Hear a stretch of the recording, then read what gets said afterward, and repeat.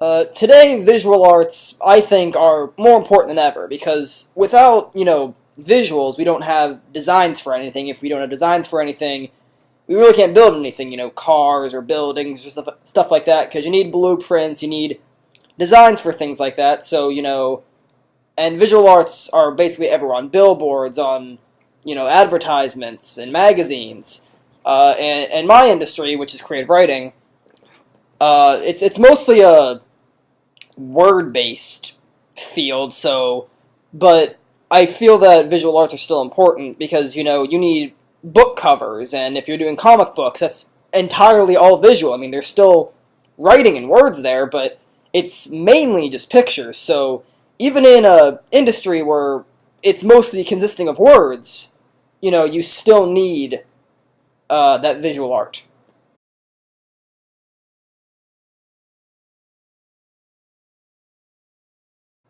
Technology and how readily available things are nowadays, yeah, they can be bad, but as for my industry, I don't think it's entirely too bad because with writing, sometimes you need inspiration for how things could look in your head, specific with, characters and stuff like that. So the fact that you can just go on, like, Google or something, and just look up, if you're doing, like, a steampunk story and you need, like, inspiration on what steampunk would look like aesthetically, you can just Google steampunk, and there would be tons of steampunk-related imagery for you to get inspiration from. So I don't think it's bad, per se, for my industry, because it allows for inspiration, and I feel like that's the same way for any industry, where as long as you're not, like, outright stealing something from somebody, you can get, inspiration from it.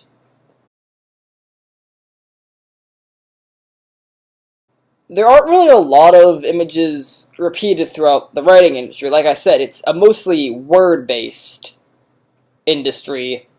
But like I said before, book covers are a big part of the writing industry because you need an iconic book cover so people will want to get your books. Iconic book covers like the Harry Potter books or Twilight, you see them, you know what the book's about.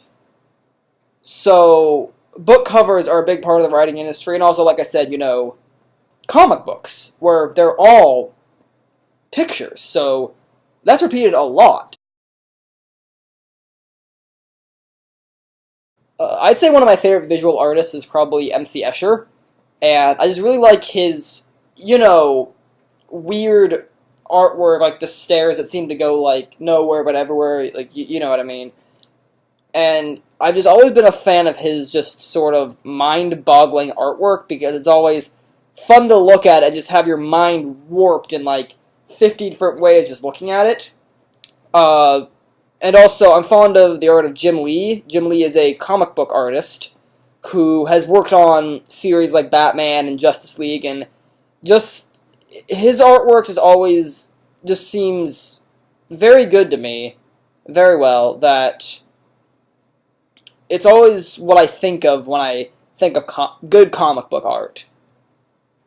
Because just his proportions, his lines, his colors, they just always seem just so just refined and just jump off the page at you.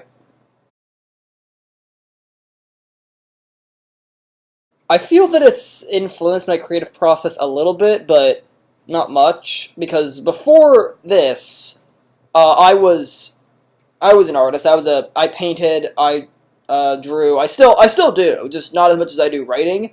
So I was already familiar with the visual art medium.